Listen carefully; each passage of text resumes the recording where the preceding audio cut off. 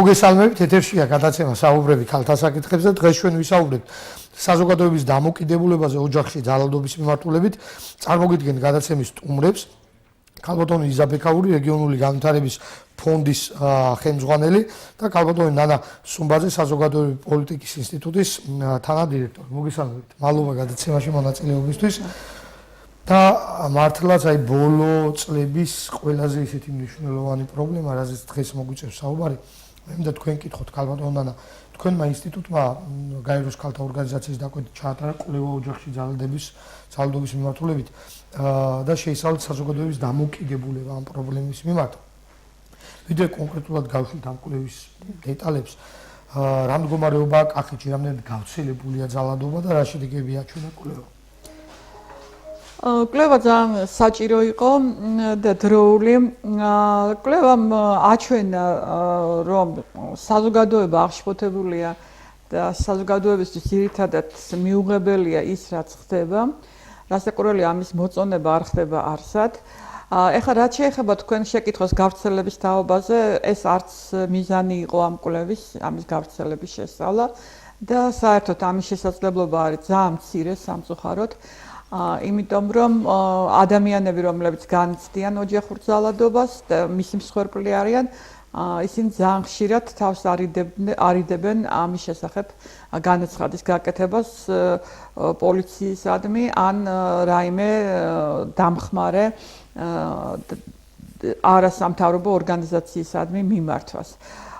სამწუხარო და საუბედურეო ის არის, რომ ეს ძალადობა მსხვერპლისთვის ასოცირებული არის მის სირცხულთან და სამწუხაროდ საზოგადოების დიდი ნაწილსაც მიაჩნია, რომ ესე იგი თუ ქალის სემეს რაღაც მისი ბრალეულობაც თითქოს იკვეთება, რომ აქ მისი ბრალიც მასაც დებენ გარკვეულწილად ბრალს.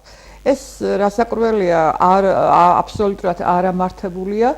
ოჯახური ძალადობა არ წარმოადგენს ოჯახის შიდა საქმეს, ეს არის კრიმინალური აქცია, ეს არის დანაშაული, რომელიც უნდა მკაცრად იქნეს დაშლილი. და სანამ საზოგადოება არ მივა ამ დასკვნამდე, არა, სანამ დაიწყებს იმის ძიებას, რატო სცემა, რატო მოკლა, არა, ამ პრობლემას პრინციპში არ ეშველება. მაინც როგორი იყო კვლევის შედეგები კახეთისთვის? რა ძირითადი ასპექტები გამოკვეთა კვლევა? ესე იგი, ეს კვლევა ტარდებოდა თბილისში, სამეგრელო ზემოსვანეთში და კახეთში, ამიტომ ჩვენ შეგვიძლია მხოლოდ შევადაროთ ეს სამი რეგიონი. ძალიან მკვეთრად გამოიკვეთა დამოკიდებულებები და ყველგან იყო აბსოლუტურად ყველა პუნქტთან მიმართებაში იყო ერთნაირი სურათი, გარდა ერთისა და ამაზეც ვიტყვი. ეს იყო ის, რომ ყველაზე მიუღებელი ოჯახური ძალადობა იყო თბილისის მაცხოვრებლებისთვის, შემდეგ კახეთის მაცხოვრებლისთვის და ყველაზე მეტად მისაღები, უпроსტოდ ნაკლებად მიუღებელი იყო სამეგრელოს მოსახლეობისთვის. ეს გამოიკვეთა ყველაფერში. ეს ასევე გამოიკვეთა ჩვენ აი ძალადობა დაუკავშირეთ თანასწორობასთან. რომ ძალადობა ეს არ არის ცალკე აღებული რაღაც მოვლენა, არა? ეს არის გამოსახულება იმისა, რომ ადამიანი მეორე ადამიანს თავის თანასწორად არ აღიქვავს, არა? ეს არის უთანასწორობა. ამ შემთხვევაში უთანასწორობა, რომელიც ეყრდნობა სქესს. და აი ეს თანასწორობაც ყველაზე მეტად თანასწორობის მხარდაჭერა ყველაზე მეტად იყო თბილისში, შემდეგ კახეთში და ყველაზე ნაკლებად იყო სამეგრელო ზემოსვანეთში. აი ეს ერთი რა არის, მე აღნიშნე. კი ბატონო, თუ გნებავთ ახლა ვიგებთ. მართალია, ეს რაღაც რეაქციას უკვე გამოიწვია თელავში. ამან უარყოფითი, მაგრამ ის ერთი იყო, საერთოდ ძალადობის სხვადასხვა სახე არსებობს. ყველაზე მკაცრი, ყველაზე მძიმე ძალადობა ეს არის ფიზიკური შეურაცხყოფა, ასე ითვლება, ხო, ცემა, მოკლა, დაზიანება. არსებობს ძალადობა ფსიქოლოგიური, როდესაც ადამიანს აყენებს შეურაცხყოფას, ლანძღავ, აგინებ. არსებობს ეკონომიური ძალადობა, როცა ფულს არ აძლევ. არსებობს კონტროლი, როდესაც არ უშვებ, თქვა, სახრიდან, ან არ უშვებ იმ კაბის ჩაცმას, ან იმ პომადის წასმას, რომლის წასმაც უნდა. აი ამ სხვადასხვა ფორმებიდან, ხო, სიტყვიერი ძალადობა, ანუ ლანძღვა, ყველაზე მისაღები იყო კახეთისათვის. და მე ვფიქრობ, რომ აი კახეთ ხო ეს ლანძღვა წარმოადგენს აი გზას, რომელთაც ადამიანი იწყებს ძალადობას. და ამიტომ ძალიან დიდი მნიშვნელობა უნდა მიენიჭოს იმას, რომ ადამიანებისთვის არ იყოს ეს რაღაც ჩვეულებრივი რაღაცა, რომელიც არაფრად არ აღიქვება. პოპულარული მოვლენა ასე ვთქვათ. ნუ რაღაც ისეთი, რაც არც სირცხვილია, ხო? რაც ჩვეულებრივი, არ არის ჩვეულებრივი ლანძღვა, ხო? ხო, ახლა სიყვარული დაცინვით ამბობენ, რომ ესეთ სხვადასხვა ლანძღვები და გინებები არსებობს, მაგრამ ყველა მათში არის ძალიან უარყოფითი მუხტი. და ამიტომ ჩვენ ბავშვობიდან უნდა ვასწავლოთ ადამიანებს ამისგან თავის შეკავება. ასე იგი დიდი მადლობა ჩვენ ვისაუბრეთ ამ თემაზე. ქალბატონ იზას მინდა ვკითხო, თქვენი ორგანიზაცია უშუალოდ რა ინფორმაციას ფლობს ამ პრობლემაზე კახეთში? მოგესალმებით კიდევ ერთხელ. ჩვენი ორგანიზაცია, როგორც თქვენ თქვით, ესე იგი ჩვენი ორგანიზაცია მუშაობს, არის კახეთის რეგიონალური ფონდი, მაგრამ ძირითადად ჩვენი პროექტი მუშაობს პანკისის ხეობაში ჩეჩენტოლებთან და ქისტ მოსახლეობასთან. ჩვენი ორგანიზაცია ხა ფლობს ინფორმაციას არამთლიან კახეთზე და არამთლიან საქართველოზე. ჩვენ ზუსტად იმ თემში პანკისში რა ხდება და როგორ მდგომარეობა შემიძლია მაგ საკითხზე ვილაპარაკო. რაც შეეხება ქალების საკითხს, ჩვენ გვაქვს ჩვენი ორგანიზაციამ დავაფუძნეთ პანკისში ესეთი პრეცედენტი მოხდა, არ ვიცი სხვა მუსულმანურ ქვეყნებში არის თუ არა, მასეთი არ წამიკითხავს, არც მინდა უხუცეს ქალთა საბჭო, რომელიც ძირითადად მუშაობს ქალების პრობლემებზე. რომელიც მუშაობს და მედიატორის როლს ასრულებს უხუცეს კაცებთან მოლაპარაკებას ქალების საკითხზე. იმიტომ იცით თქვენ რომ პანკის ხეობაში სხვა საზოგადოება, სხვა თემია, სხვა წესით და ჩვეულებრივი იქ სამართლებრივი კუთხით გარჩევა საქმისა არ ხდება ეს ბოლო მომენტში და უკიდურეს მომენტში და მანამდე ხდება რომ თემში გაიჩეს ეს საქმე და ეს შარიათის სასამართლოზე ქალების საკითხს ამზადებენ და მიაქვთ უხუცეს საბჭომდე. ანუ ეს სულ სხვანაირად შემიძლია მე პანკისზე ვილაპარაკო. აი რა პრობლემებია თქვენ როგორ უყურებთ ამ მოვლენას? პრობლემები ხა რაც ყველგან და მთელ ყველგან არის ქალზე ძალადობა, ალბათ პანკისშიც არის, მაგრამ მინდა გითხრათ რომ პანკისში ნაკლებად გამოიკვეთება და ნაკლებად ამბობენ ამას. სასამართლომდე და მილიციამდე, პოლიციამდე ნუ არ მიაქვთ ქალებს ეს საკითხი და მე ამას ერთადერთი ქალბატონთან საუბარში რომ ერთადერთი პრეცედენტი მახსოვს ამ ბოლო წლებში ერთადერთი ქალი იყო რომელსაც მიმართა პოლიციაზე თავშესაფარში იქნა გადაყვანილი. დანარჩენი ისინი ცდილობენ რომ ეს თავიანთი ოჯახური პრობლემა და ძალადობა არ მიიტანონ პოლიციამდე. გასაგებია. ის თვითონ სიხშირის თვალსაზრისით ხშირია ეს ფაქტები. იცი ხა როგორც ხა ბოლო პერიოდში საქართველოში ხდება და აგერ ხა ბოლო თვეებში სამთოში 22 ქალი მოკვდა სიკვდილიანი პანკისში არ არის. პანკისში არ ყოფილა ესეთი არ მომხდარა რომ ქმარს ცოლი მოეკლა. მაგრამ ალბათ როგორც ყველა ოჯახში არა, მაგრამ ალბათ სადაც უცოქმარი არსებობს, იქ სადღაც იქაც იქნება ეს ძალადობა, მაგრამ კიდე მინდა ვთქვა რომ ამას ღიად ქალები არ ამბობენ, არ გამოაქვთ გაი, თუმცა ჩვენთან ინდივიდუალურ საუბრებში გამოკვეთილ ჩვენ ძალიან ბევრი შეხვედრები გვაქვს, ამას ამბობენ, მაგრამ ღიად რომ ჟურნალისტებამდე მივიდეს, პოლიციამდე მიიტანონ, ამის თქმა არ უნდა და არ გამოაქვთ. თუმცა არის იქაც ძალადობის ფაქტი. გასაგებია ქალბატონო, ქალბატონ ნანას მინდა ვკითხო, როგორია თავად ოჯახში ძალადობის აღქმა? რა მიაჩნიათ კახეთში მაგალითად ადამიანებს ოჯახში ძალადობა? თქვენ დინებაზე საუბრობდით და ეს უფრო მისაღები აღმოჩნდა, აი რა მიაჩნიათ? არა, მიაჩნიათ ის რაც ჩამოთვალე. არა, მიაჩნიათ ფიზიკური ძალადობა, ლანძღვას და ფსიქოლოგიური ძალადობაც მიაჩნიათ ქალებს განსაკუთრებით. მიაჩნიათ კონტროლი სერიოზულად მიაჩნიათ ძალადობად და ასევე ეკონომიური ძალადობაც. ეხლა მას შემდეგ რაც ქალებმა რაღაც ეკონომიკური ბერკეტები ხელში აიღეს, ეს ძალიან სერიოზული პრობლემა გაჩნდა საქართველოში. იმიტომ რომ ერთის მხრივ საერთოდ მიჩნეულია რომ ძალადობასთან ბრძოლის სექსუალურ ძალადობას გულისხმობ გენდერულ ძალადობასთან ბრძოლის ერთ-ერთი გზა არის ის რომ ქალს მისცემ მეტი ეკონომიკური დამოუკიდებლობა. მაგრამ ამას მეორე მხარეც აქვს. ქალი რომელიც დამოუკიდებელია, ეს მამაკაცი ხშირ შემთხვევაში არა, ღიზიანდება ამის გამო, ხო? საერთოდ იცით რა ეს აი რატო გაიზარდა ვთქვათ ძალადობა, ну არ ვიცი გაიზარდა თუ არა, გაიზარდა მასზე ლაპარაკი და გამოჩნდა ეს და ახლა რამდენი იყო ჩვენ სამწუხაროდ არ შეგვიძლია ამაზე ლაპარაკი, მაგრამ აი მას შემდეგ რაც დაინგრა საბჭოთა კავშირი, ხო? და კაცებმა დაკარგეს სამუშაო. ხო, აქ მოხდა ორმაგი სტრესი მამაკაცების. პირველი დაიკარგა ის სამუშაოები, სადაც მამაკაცები მუშაობდნენ, ქართველები დაიხურა და ასე შემდეგ. და ქალების სამუშაოები მაინც შენარჩუნდნენ, რომ ქალები იყვნენ სამანტყოფოებში და სკოლებში და ესენი არ დახურულა. და მეორე, კაცები არ აღმოჩნდნენ მზად იმისათვის, რომ ამ ახალი გამოწვევებზე რეაგირათ, ხო? ეხლა დღეს ჩვენ ხედავთ, რომ ძალიან ბევრი მამაკაცი ტაქსის სკოლად მუშაობს, რომელსაც ალბათ უმაღლესი განათლებაც აქვს. ეხლა რო ჯდები თბილისში უკვე აღარ მე მგონი უკვე გადაეჩვენ გეუბნება რომ მე გენერალი ვიყავი, ხო? ორი დიპლომი მაქვს და ნუ და ბევრ შემთხვევაში ალბათ მართლაც ესეა, ხო? მაგრამ მათ ითაკილეს, კაცებმა ითაკილეს ეკონომიკურად დაბალ თანამდებობაზე წასვლა. ქალებმა ვერ ითაკილეს, შეიძლება უნდოდათ, მაგრამ არ გამოუვიდათ, ხო? როდესაც იმიტომ რომ თვითონ ქალის ფუნქცია და ქალის როლი არის უფრო მზრუნველის და როცა ხედავდა ეს ქალი რომ მის შვილს საჭმელი არ აქვს და წამლის ფული არ აქვს, ის ყველაფერზე წავიდა რა, აიღო ჩანთა და წავიდა თურქეთში და ჩამოიტანა იქიდან რაღაცა და გაყიდა რა. ამიტომ კაცების მდგომარეობა მე რომ მკითხო აი ამ ტრანსფორმაციის შემდეგ ბევრად უფრო გაუარესდა ვიდრე ქალების მდგომარეობა რა.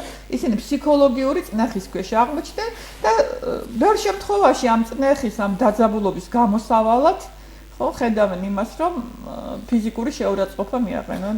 ქალბატონო, თუ არ ჩავთვლით ფიზიკურ ძალადობას, ხშირად განსაკუთრებით ეთნიკური უმცირესობების დასახლებულ სოფლებში აი ძალადობის სხვა ფორმების მიმართ ქალების ნაწილი მაინც იყო ლოიალური, ხშირად ვერ აცნობიერებდნენ რომ ეს იყო ძალადობა და ისინი ძალადობის ხვეპლები იყვნენ. ამით ხვდებათ ეს პრობლემა. კი, რასაკვირველია ეს პრობლემაა, იმიტომ რომ ეს არ არის რომ თქვა ყველა შემთხვევაში ჩვენმა გამოკვლევამ ცხადყო რომ ქალები ყოველთვის უფრო მიუღებლები არიან ძალადობის მიმართ ვიდრე კაცები, მაგრამ სამწუხაროდ არიან ქალები რომლებსაც ეს მეტნაკლებად ნორმალურად მიაჩნიათ. ისევე როგორც აღმოჩნდა ჩვენ კითხვაში იყო კითხვა რომელიც სოფლიოს 25 ქვეყანაში არის გამოკვლეული, ხო? აი რით შეიძლება გამართლდეს მამაკაცის მიერ ცოლის ძალადობა და საქართველოში 17%-მა, რაც ძალიან დიდია, მიიჩნია რაღაც ამ იყო ჩამოთვლილი 5 მიზეზი. ამ 5-დან ერთ-ერთი მაინც დაასახელა 17%-მა. ესე იგი, ამ 17%-ში ბევრი ქალი იყო. მათ მიაჩნიათ, რომ ესე უშვებენ, რომ შესაძლებელია ძალადობა თუ რაღაც მოხდა. ასე იგი, ქალბატონო იზა, როგორია იგივე კითხვა მეკემა თითქოს აღქმა პანკიში. ამ პრობლემის აღქმა. პრობლემის აღქმა ხა იცით რა არის ახალგაზრდებს, ახალგაზრდა თაობას და ახალგაზრდა ქალებს გაუჩნდათ იმის პროტესტი, რომ უნდათ უფრო მეტი თაჯბება, ხედავენ უფრო ტელევიზორში უფრო სოციალური ქსელები, ტელევიზორში რაღაც ეს კი ეს ჩაკეტილი მუსულმანური საზოგადოება, რომლებიც ხა არ ვიტყვი რომ გაუნათლებები არიან, პირიქით ძალიან განათლებული ხალხი ყავთ, გაუჩნდათ რაღაც პროტესტი, უნდათ მათ დაამსხვრიონ ეს რაღაცები, დაუშვათ რომ ქალი მსახიობი არ შეიძლება, ქალი ეს არ შეიძლება, ქალი ამ უნდათ თავისუფლება ცუდი გაგებთ არა, მაგრამ უნდათ მათ რომ ტრადიციებით შეინარჩუნონ და თავისუფლებიც იყვნენ. ცოტა ეს ამ ორი იმის შესაბამისობაში მოყავთ ცოტა ძნელია და ბევრი იმის გადალახვა უწევთ, მაგრამ არის უფროსი თაობა ქალების ასაკად, როცა ჩვენ შეხვდებით მათთან, ისინი ამბობენ, ჩვენ უფრო მეტი გადავიტანეთ, აი ჩვენ დროს ჩვენ ესე ვიყავით, ეხლა ახალგაზრდებს დაუშვათ მეტი რა საქმე აქვს სახში, დაუშვათ ქალებს ყველა პირობა აქვს იქ სარეცხს, მაგრამ ისა და ჩვენ რამდენს ვითმედით, ჩვენ უფრო მეტ შრომობდით, რატო თქვენ არ ითმეთ ახალგაზრდები და აი უფროსი თაობა უფრო მკაცრია ამას დაკავშირებით, ამბობენ ჩვენ ვითმედით, ჩვენ იქ ცემასაც ვითმედით, თქვენ რატო არ ვითმედით, თქვენ პატარა რამის საერთოდ ამაზე მიდის ბრძოლები და ლაპარაკი და არის ამიტომ ამისთვის ძალიან ბევრი შეხვედრები იმართება უფროსა და ახალგაზრდა თაობას შორის. რა თქმა უნდა, არის ყველა ქალი ეწინააღმდება და ყველა ქალის პროტესტია ეს, რომ კაცის ცოლის ცემა არ შეიძლება. და ყველა გამოხატავს ამაზე პროტესტს. გასაგებია. და კაი ქალბატონო, რამდენად მიაჩნია თავად მსხვერპლებს საზოგადოებას, ვისაც ხვდებით, ოჯახური ძალადობა კრიმინალად, უშუალოდ დანაშაულად. ეხლა პრინციპში არა ეხლა მაგაზე მიდის პროპაგანდა და მაგაზე მიდის სახელმწიფო პოლიტიკა თუ შეიძლება ასე ითქვას, რომ მოხდეს მისი კრიმინალიზაცია რა. რომ ადამიანებმა აღიქვან რომ ეს არის კრიმინალი, ეს არის როგორც ვინმე მოვიდეს და გცემოს ან მოგყაროს. ის ზუსტად იგივეა, ხო? ახლა რახან შენი ქმარია, ამიტომ არ არის რამდენად დანაშაული. არის ეს? იცით რა, აი აღქმული 100.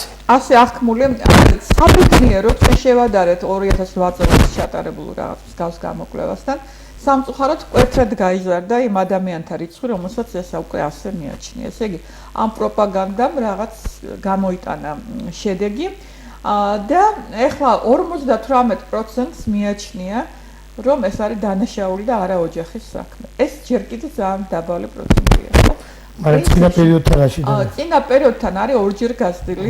რომელი წელთან? 2008 წელთან არის შედარებით არის ორჯერ ძალიან მნიშვნელოვანი ხო ძალიან მნიშვნელოვანი შედეგია რომ ორჯერ გაიზარდა იმ ადამიანთა რიცხვი რომელსაც მიაჩნია რომ ეს არის დანაშაული. თვლიან თუ არა რომ უნდა ჩაეთოს ამ პრობლემის გადაწყვეტაში სამართალდამცავი. კი.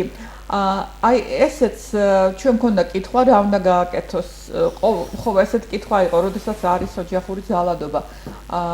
ყოველთვის უნდა მიმართოს თუ არა სამართალდამცავ ორგანოს. ზოგჯერ უნდა მიმართოს რაღაც შემთხვევებში და არ უნდა მიმართოს. ნუ ყველაზე მეტი პასუხი იყო ზოგჯერ უნდა მიმართოს სამართალდამცავ ორგანოებს. ადამიანები მაინც ცდილობენ რომ გამოიყენონ შინაგანი რესურსი ასე ვთქვათ. იმიტომ რომ ეხლა მართლა ეს არ არის იცით აი სამწუხაროდ ეს კრიმინალიზაციაც აუცილებელია, მაგრამ ესეც არ არის გამოსავალი.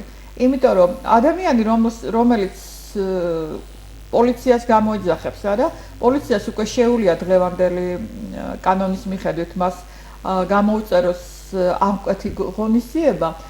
ეს ადამიანი, მისი ქმარი, ხო? მიდის ციხეში, წარმოიდგინეთ. ამ ციხეში ისევ ამ ქალს უხდება საჭმლის მიტანა. ეს ოჯახი და მისი შვილები რჩებიან, თუ ეს კაცი მუშაობდა იმ შემთხვევაში, რჩებიან მისი ხელფასის გარეშე, ხო? ასევე რასაკვირველია რასაკვირველი არა, მაგრამ ხშირია რომ მთელი გარემო ამ ქალს ადანაშაულებს. ალბათ მიმართავენ იმ შემთხვევაში, როცა აუტანო. ხო, ამიტომ ფაქტიურად ამაზე რო წახვალ, ხო, ფაქტიურად მიდიხარ იმაზე, რომ ამ კაცთან აღარ იცხოვრო. არა, გზა რა არის ამ შემთხვევაში. თუ არ წავიდა ამაზე და ადამიანს არ ესმის, რამდენად ემხრობი თქვენ ამ იდეას, რომ მოხდეს ამის, ასე ვთქვათ, კრიმინალურ ფაქტად. არა, მე ძალიან ვემხრობი იმას და აუცილებლად მიმაჩნია, რომ ეს კრიმინალურ ფაქტად იქცეს, მაგრამ მე უბრალოდ ამას იმიტომ ვლაპარაკობ, რომ ეს არ არის მარტივი გადასაწყვეტი, ხო? ეს არ არის ისე, რომ ქალს უთხრა, რომ აი როგორც კი დაგარტყეს, წადი ახლავე პოლიციაში და ეს არის გამოსავალი. ეს რო იყოს გამოსავალი, ეს თელ მსოფლიოში ასე ძალიან სწრაფად მოხდებოდა რა, მაგრამ ეს არ არის მარტო ჩვენი პრობლემა, ეს არის მსოფლიო პრობლემა, რომელსაც მსოფლიომ ბოლო-ბოლო ვერ უშველა, ხო? მაგრამ ეს არ ნიშნავს, რომ ჩვენ არ უნდა ვიბრძოლოთ და არ უნდა გავაკეთოთ ყველაფერი იმისათვის, რომ რაც შეიძლება შევამციროთ ასეთი დამოკიდებულება. მეტი შესაძლებლობა უნდა მიეცეთ ქალებს, იცით რა, ძალიან ხშირად აი ძალიან მნიშვნელოვანია ქალის მშობლების და ქალის ოჯახის პოზიცია რა. და ძალიან ხშირია, რომ ამ ქალს ასასვლელი არსად არ აქვს. ოჯახი ეუბნება, რომ უნდა ითმინო, ჩვენ გაგათხოვეთ, ჩაგაბარეთ პატრონს, ასე ვთქვათ. და ეხლა რაც გინდა გააკეთე, არა? ეს არის პრობლემა. მეორე პრობლემა არის, რომ ამ შვილებს, ხო, შვილებისთვის მამის დაკარგვა, ცუდი, კარგი, მოძალადე, ხო, ესეც პრობლემა. ბავშვები რო უყურებენ მშობლების ცემათ კაპასის ის უარესია კიდე. საშინელებაა, მაგრამ მეორეს მხრივ ისიც პრობლემაა, რა, როდესაც შვილს უკარგავ მამას. ამიტომ აი ძალიან ფაქიზი პოლიტიკა უნდა გატარდეს და ანუ ეს უკიდურესი ვითარება იყოს და არ მივიდეს პრევენცია უნდა მოხდეს.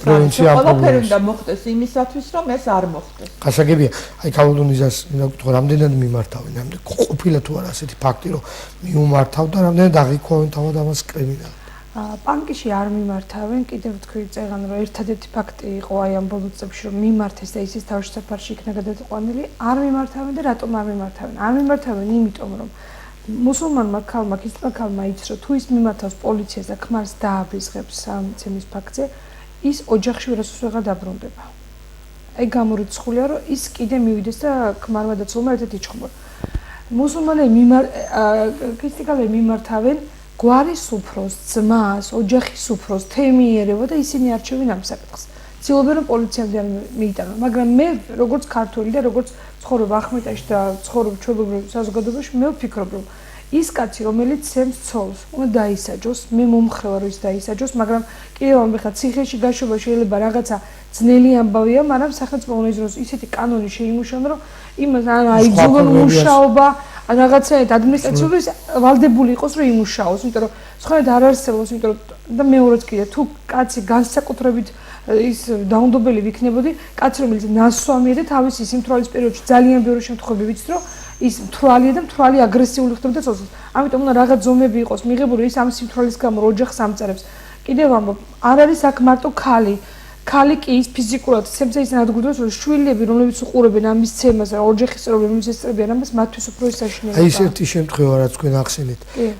რა როგორი იყო ის შემთხვევა? ძალიან ცუდი ფაქტი იყო ჯერ პირველი ის რომ პანკისის პოლიცია ცოტა მოულოდნელი იყო ის ფაქტი არ მომხდარა და იმ ღამეს დაგჭირდა ამ ქალის ერთი ღამე ჩვენთან გაჩერება და მეორე დილით გაფრთხილდა დოკუმენტები და გადავიყვანეთ თავშესაფარში.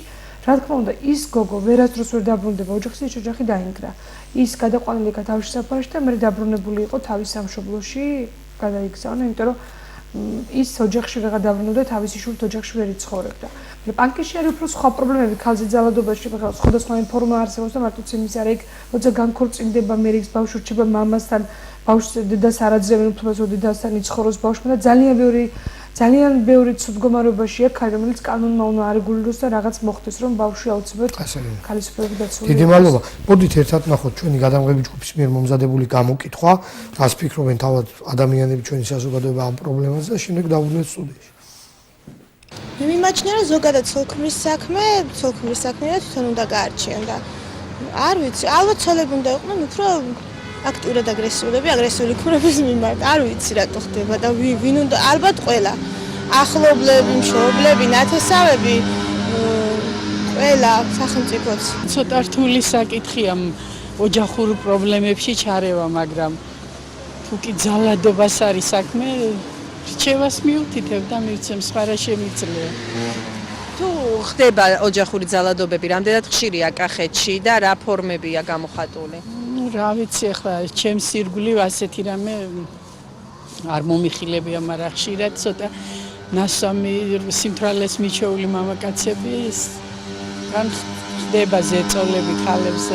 რომ გავიგო ჩავერევი, მაგრამ ახლა ჩვენ უბანში ესეთი ძალადობა არავის არ ქონია. მაგრამ რომ გავიგო ჩავერევი აუცილებლად და როგორ შეიძლება ხალხზე ხელი აღმართოს კაცმა? არ შეიძლება.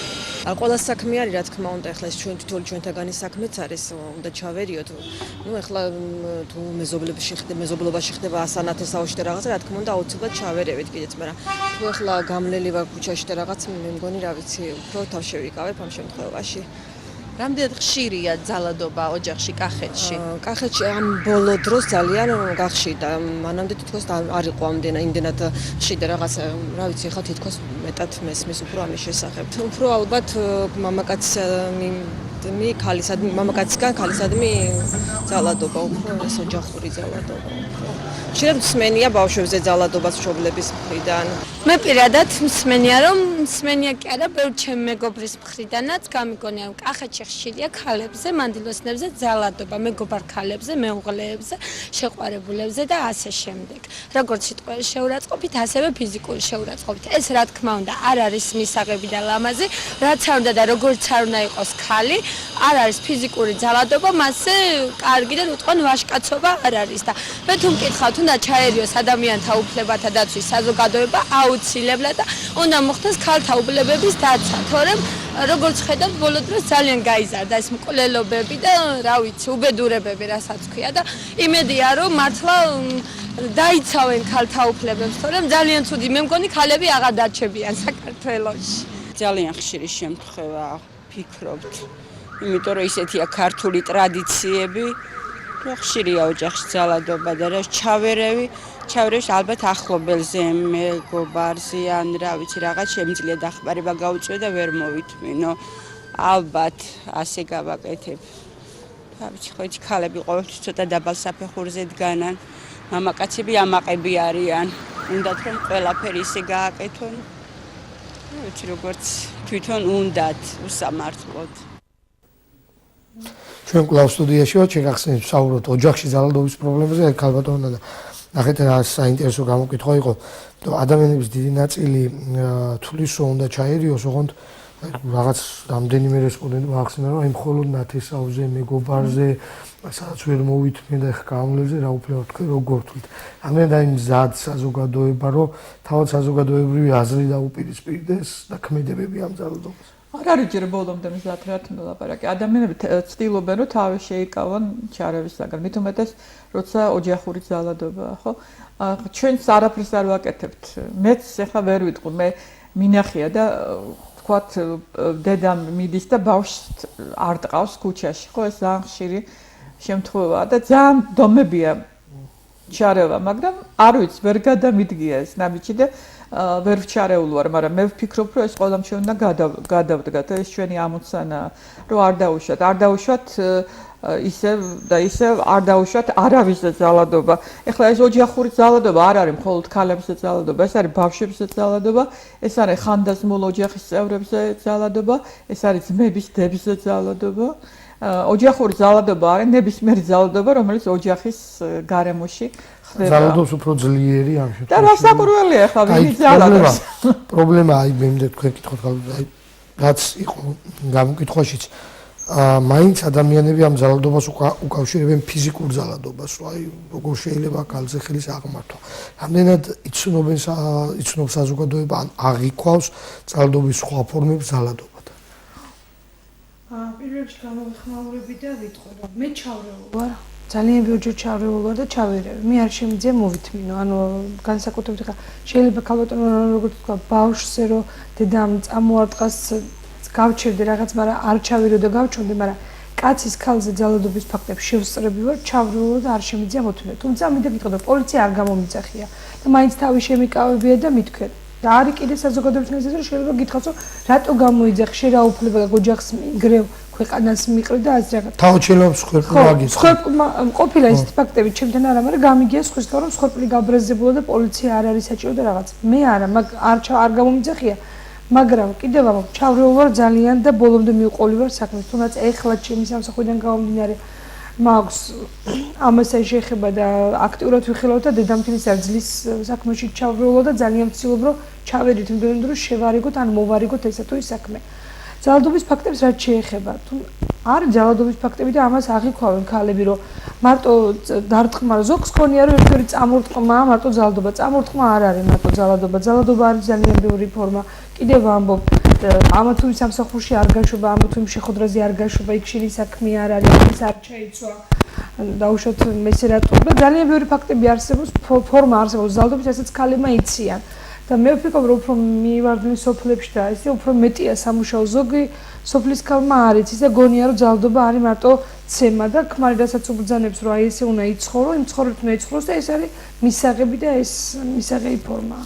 გასაგებ ქალბატონთან აი კვლევა მიგივე აჩვენა რომ რიგ შემთხვევებში რესპონდენტების რაღაც გარკვეული ნაწილი ამართლებს ქმრის მიერ ცოლის ცემას. ρίთა როგორ ფიქრობ, ρίთა განპირობებული აი ასეთი ხედვა ამ შემთხვევაში? რითი არ ვიცი, მაგრამ ფაქტია, ეხლა აი ამ ქალბატონმა რა შემთხვევებში ამართლებს? აი იმ კითხვაში, ხო? ყველაზე მეტი გამართლება მოდიოდა, როდესაც ქალი არ უვლის ბავშვებს კარგად. მაგრამ იყო ისეთებიც, რომლებიც ამბობდნენ, რომ ქალი თუ წვავს სადილს, ესე იგი ის იმსახურებს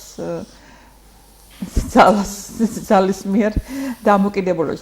ეხლა აქ საინტერესო იყო ბოლოს რო ქალბატონი ლაპარაკობდა ამ თქვენ გამოკითხვაში, ხო? მან ორი რაღაც მნიშვნელოვანი თქვა. ერთი რომ ეს ქალებიო უფრო დაბლა არიანო და მეორე მე მგონი მანვე თქვა რომ ეს ტრადიცია არისო. აი მე მინდა რაღაც გავაპროტესტო ეს ორივე მისი გამონათქვამი, რომ არ არის საქართველოში თქვა ტრადიცია და არც სადაც არ არის ტრადიცია, რომ ქალი არის რაღაც მეორე ხარისხოვანი. ან რა ტრადიცია, რომ ქალ შეიძლება ცემო? მე არ გამიგია ეგეთი ტრადიცია. და არც ის არის, რომ ქალი არის მეორე ხარისხოვანი არსება რა. ჩვენ ყველანი ქალიც და კაციც და ყველანი თანასწორი ვართ, მე მგონი ღმერთის წინაშე და მე მგონი ამისი უნდა გვჯეროდეს ყველას არა, საქართველოშიც და მის აზრებს გარეთაც არა ეს არის რაღაც უნივერსალური ღირებულება თუ უნივერსალური წამსი რომელიც უნდა ამოძრავებდეს საზოგადოებას. ამიტომ აი ამით გამართლება, არა ახლა შეიძლება ის ქალბატონი ამით არ ამართლებდა, მაგრამ რაღაცნაირად ხსნიდა ხო ამას. ეს ნიშნავს, რომ შენ ამას ეგუები რაღაცნაირად. ხო შენ ეგუები, რომ რა ვქნა ახლა ეგეთია ტრადიცია ბაბუაჩემია ჩემი, ხო? უფრო ის და ახლა რა ვქნა ახლა ქალი მაინც არის, ხო? ახლა მეც მიგწნია იცი და მე ვერ ვწვი ჩემ თავში ამას, რომ აი მიგწნია რომ აი ეს კაცია და ჩემზე უკეთესია. ყოფილა ეგეთ შემთხვევები და უნდა ვაღიარო, ხო? მაგრამ ხო ეს ის არის, რაც რაღაცნაირად ჩვენ არასწორად ეთყობა ვისწავლეთ. ეხლა ჩვენმა გამოკვლევამ ძალიან სასიამოვნო შედეგი ის იყო, აჩვენა რომ ახალგაზრდა თაობისთვის ბევრად უფრო მიუღებელია როგორც ძალადობა, ასევე უთანასწორობა, ვიდრე ხანდაზმული ადამიანებისთვის. და ეხლა მომავალი ამ ახალგაზრდა თაობის არის და ამიტომ ბოლოდინი უნდა ქონდეს ჩვენ რომ მდგომარეობა ალბათ გამოსწორდება. გასაგები აი იგივე კითხვა მექნება თქვენთან ქალბატონზე რით ამართლებენ ეთნიკური უმცირესობის წარმომადგენლები ოჯახში ძალადობის ფაქტს ოჯახის უფროსი არის კაცი. რომ კაცი სამინაბიჯი წინ მომიდიოდეს ვიდრე ქალი, თუნდაც ერთად. თუმცა ხა იცით რა არის კი ყველა ესი ამბობს და დავუშვათ ქართულმა ქალბატონმაც მას თქვა, მაგრამ მაინც რა მეკორს ხა ოჯახის ხალხი ვართ მეტი წილი ყველა.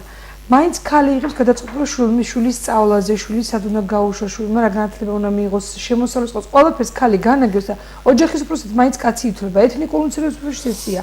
ოჯახის უფროსი არის ან მამამთილი, ან ქმარი და კაცია იღებს გადაწყვეტილებას და აი ამით ამართლებენ რომ მას ესე უნდა და თუ ოჯახი გინდა რომ არ დაინგრეს და შეინარჩუნო რომ დაუჯერო მას.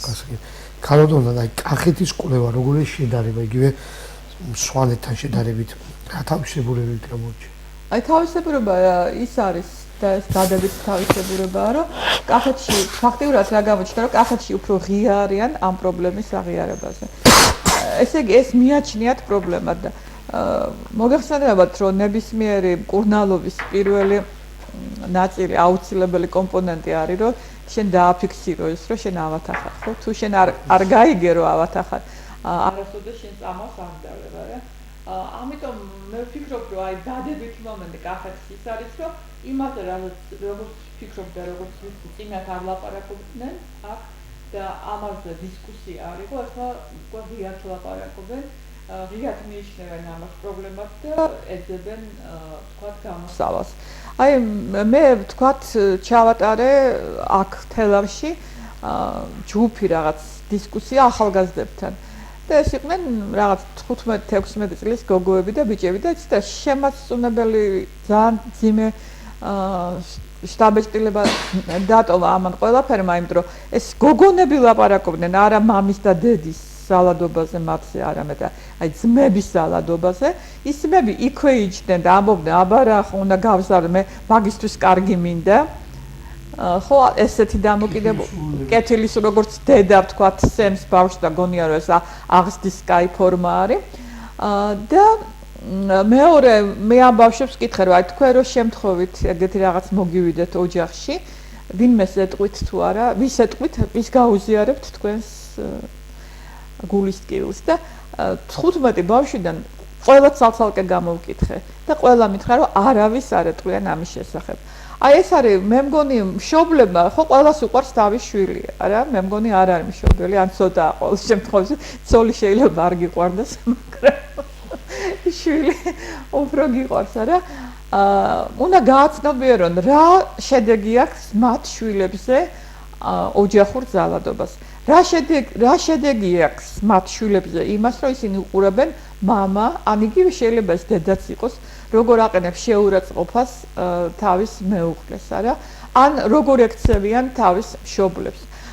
ეს სოფლიოში ძალიან ბევრი გამოკვლევა არის სამედიცინო ჩატარებული და ცალსახად მიუთითებენ, რომ ბავშვები, რომლებიც არიან ოჯახური ძალადობის მსხვერპლნი და არა მარტო მსხვერპლი, რომელიც არიან მოწმეები ოჯახური ძალადობის, მათ უვითარდებათ მოზრდილობაში გულსის ზარღვთა დაავადება პირველი.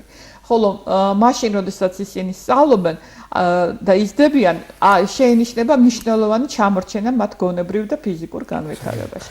აი ეს საფრთხე მე მგონი ყველა მშობელმა და ბებია ბაბუამაც უნდა გააცნობიეროს რომ აი ის რასაც ის აკეთებს და გონია რომ რაღაც თვითონ წმარდება იმიტომ რომ ვიღაცას დაარტყან რაღაც შეაგინა ხო რა შედეგს მოუტანს მას და რა შედეგს მოუტანს საზოგადოებას ეს ბავშვები რომელიც ასეთ ოჯახებში იზრდებიან თვითონ ხდებიან მოძალადეები და თვითონ ხდებიან მსხვერპლები იმიტომ რომ ეს აქ ნანახი და ვიცით ჩვენ რომ გაზდა ხდება მოდელის მიხედვით ჩვენ ყველანი ვიმეორებთ ჩვენი მშობლების ქცევას გვინდა თუ არ გვინდა ზოგჯერ არ გვინდა მაგრამ ხო ეს ავტომატურად ხდება ამის გამეორება და აი ამ ყველაფრის გაცნობიერება უნდა იყოს ის შემაკავებელი ძალა ერთ-ერთი რომელიც ადამიანს აიძულებს რომ არ ჩაიდინოს ასეთი საქციელი. გასაგებია და იგივე ქალბატონი განსხვავებით იგივე პანკიში, ხო კახეთის განსხვავებით.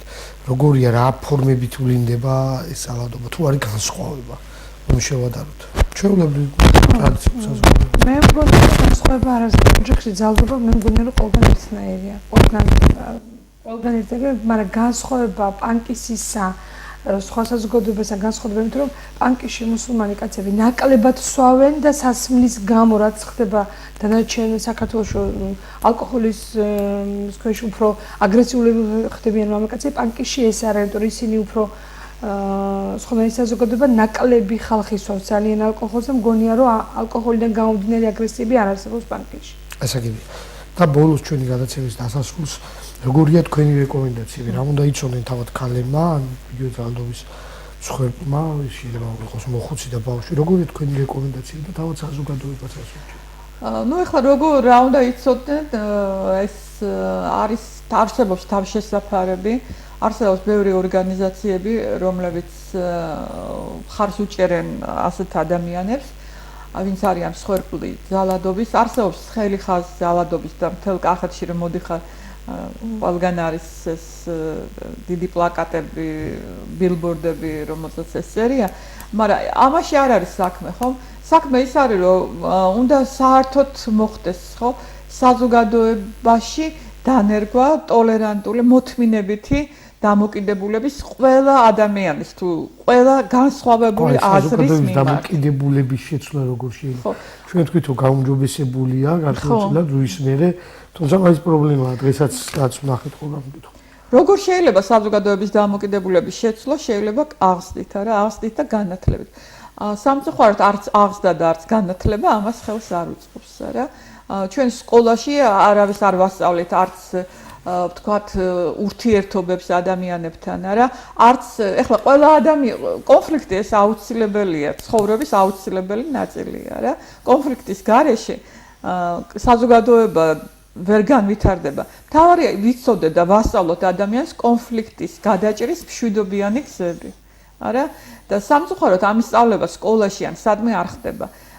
ასევე აღზრდა, ხო, არც სკოლა არის აღზრდით დაკავებული. და ზოგიერთ შემთხვევაში არც ოჯახი, არა? თუ ადამიანი ხედავს ოჯახში რომ ძალადობაა, რა აღზრდაზეა ლაპარაკი. და აღზრდისა და განათლების გარეშე ჩვენ ამ პრობლემას ვერ მოვერევით. შემდეგი არის რასაკვირველია ტელევიზია და მასმედია, რა?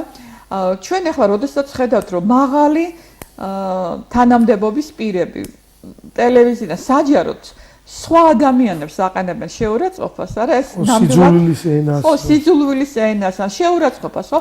ყველაფერი ეს არ მოქმედებს დადებითად, ხო? იგივე რომ არის გინება და არ არის ჩახშობილი. იგივე რომ ახალ ამბებში აჩვენებენ მკვლელობებს, სისხლებს, ხო? აი ამ ძალადობას არც ერთ ქვეყანაში, იცით, ახლა ესენი ჩვენ კი ვამაყობთ, რომ აბა ბოდის ჟურნალისტები რა აბა არ უნდა ვუჩვენოთ რაც ხდება? კი, ყველა ქვეყანაში აჩვენებენ, მაგრამ ჩართეთ თქვენ ახლა შეგვიძლია ხო ჩართოთ BBC, Euronews-ი, რომელიმე თუ გინახიათ თქვენ სისხლები, კადრების ჩვენება და ხედრები, ხო, ომები ხდება ყველაფერი, უბრალოდ ამას არ აჩვენებენ. ეს ტყუილად კი არ ხდება, ეს ადამიანის ფსიქიკაზე მოქმედებს, ხო? რა თქმა უნდა, აბსოლუტურად გეთანხმები. და ეს არის ძალიან მნიშვნელოვანი და ამისთვის მე მგონი უნდა შეიქმნას სპეციალური პოლიტიკა, სახელმწიფო პოლიტიკა, რომელიც აკრძალავს ტელევიზიით მით უმეტეს ისეთ დროს, როდესაც ბავშვები უყურებენ ამ ტელევიზიას, აი ასეთი კადრების ჩვენება. აბსოლუტურად გეთახოთ. აი როგორ ფიქრობთ, თქვენ დიდი გამოსლება გაქვთ კალბატონებზე. რა არის თავარი მაინც ამ დამოკიდებულების შესაძლებლად? მე ვფიქრობ, ხა კალბატონურანამ კარგად ჩამოაყალიბა დამატება მხოლოდ ერთ სიტყვოდი, რომ კანონი უნდა გამკაცდეს მოძალადე ქმრებზე და კაცებზე. რაღაცა კანონის რაღაც გზა გამოინახოს, რომელიც რაღაც შიში ექნება მამაკაცს, რომ ქალს თუ ისცემს და თუ და ახლა მატოცემ არა კიდევ თქვით რამდენი ვისაუბროთ, რომ სხვადასხვა ფორმა არსებობს. მე ვფიქრობ, ჯერთი ქალებში ცნობიერება უნდა ამაღლდეს და მათ მეცნიერებთან თავიანთი უფლებები და თავისი დაცვის საშუალება უნდა მიეცეს მას, რომ გამოხატოს და ესე კი არ ჩაიკეტოს და რაღაც შეეგუოს და მორჩილად აიტანოს ეს ცემა და ეს როგორც ბევრი ქალი იტანს. მე ვფიქრობ, რომ ქალმაც უნდა გაიგოს ის, რომ რა არის მისი უფლება და გადაამეტაკმავა და ხა ტელევიზორში და გაზეთებში და ჟურნალებში იწერება, იმდენი იწერება უკვე, რა ვიცი, თუ კითხულობენ, უნდა ესმოდეთ, რომ ის მაგალითი სხვა აღარ გაიმოვოს. ვფიქრობ, კანონმა უნდა დაარეგულიროს ეს თქმა. გასაგებია.